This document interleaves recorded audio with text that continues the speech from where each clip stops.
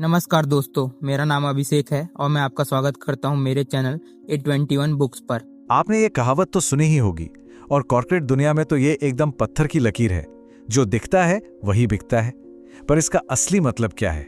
आज हम इसी मोर की रणनीति के पीछे का राज खोलेंगे। चलिए शुरू करते हैं। चलिए एक सवाल से शुरू करते हैं। कभी ऐसा महसूस हुआ है कि ऑफिस में सबसे ज्यादा मेहनत आप कर रहे हैं, देर तक रुक रहे हैं, शानदार काम भी कर रहे हैं, लेकिन जब प्रमोशन की बारी आती है तो वो किसी और को मिल जाता है? अगर हां, तो यकीन मानिए आप अकेले नहीं हैं। पता है इसे क्या कहते हैं?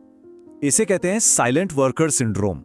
ये एक बहुत ही खतरनाक सोच है कि बस अपना काम चुपचाप करते रहो और एक दिन बॉस की नजर पड़ ही जाएगी।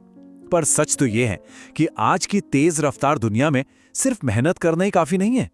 मशहूर लेखक रॉबर्ट ग्रीन ने कहा था, हर चीज को उसकी शक्ल से आंका जाता है, जो अनदेखा है उसका कोई मूल्य नहीं। ये लाइन कॉर्पोरेट वर्ल्ड पर एकदम फिट बैठती है। अगर आपका काम आपके बॉस तक पहुंच ही नहीं रहा तो फिर उस काम का कोई फायदा नहीं।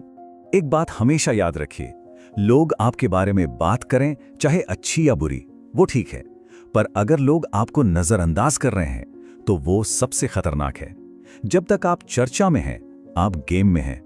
असली खतरा तो गुमनामी में खो जाना है। अच्छा, इस बात को ना एक कहानी से समझते हैं। कहानी है दो कर्मचारियों की।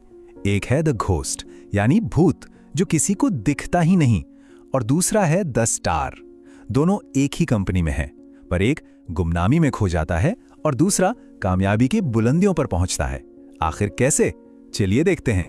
तो कहानी में एक तरफ है सुनील, हमारा घोस्ट।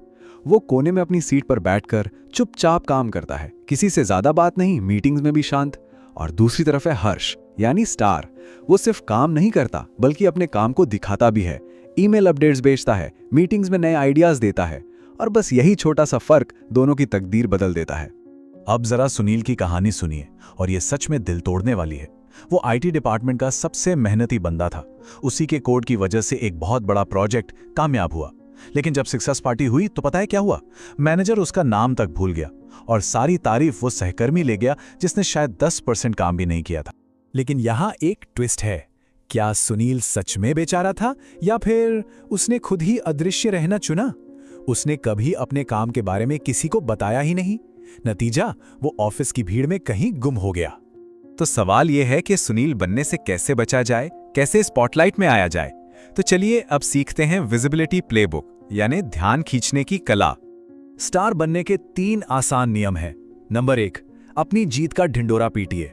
जी हां, जब भी कोई काम खत्म करें, अपने मैनेजर को ईमेल करें और उनके बॉस को भी सीसी में रखें।